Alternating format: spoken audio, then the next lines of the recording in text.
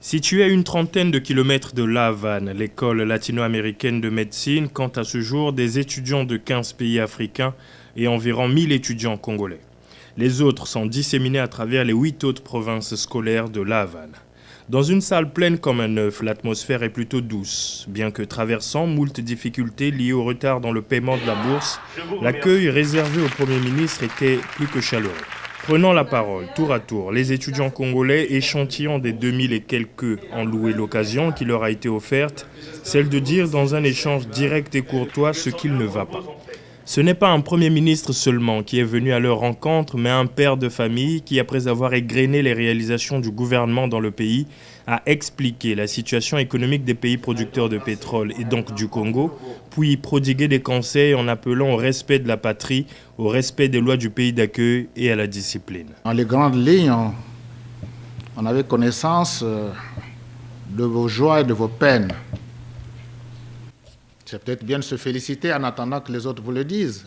Les professeurs nous l'ont dit, ils ont dit aux deux ministres que globalement, la population congolaise se comportait bien. Mais par ailleurs, ça a été signalé, quelques petits cas gênants.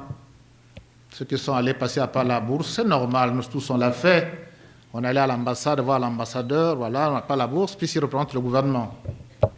Mais lui-même physiquement, si vous attentez à sa sécurité, c'est une faute. Parce que je ne pense pas que c'est une question physique, monsieur tel ambassadeur ou ambassadrice qui refuserait de vous payer ou qui recevrait votre argent puis le détourne. Ce genre d'excès, bien sûr, ça ne marche pas. Et sur le surcroît, vous vous attaquez à des symboles. En venant ici, ce n'était pas lié. Nous avons répondu à une invitation. Nous ne l'avons pas lié avec le fait qu'il faut trouver des solutions immédiates à tous vos problèmes pour faire bonne figure ici. On n'a pas voulu être démagogue. On n'est pas venu pour vous plaire. On est venu simplement vous parler, vous dire les choses telles qu'elles sont. Juste après la rencontre avec les étudiants, le chef du gouvernement a patronné la signature d'un accord entre les ministres de l'enseignement supérieur de Cuba et du Congo. Il est prévu que nous puissions construire des universités dans tous les départements du pays. Cela se traduira par des académies, on en a prévu 5, et 3 pôles interdépartementaux, on dit pôles universitaires départementaux, mais en fait chaque pôle couvrira 2 ou 3 départements. Et bien ces universités, il faut les construire, ces universités, il faut les équiper, ces universités, il faut les bâtir sur le plan académique et sur le plan pédagogique.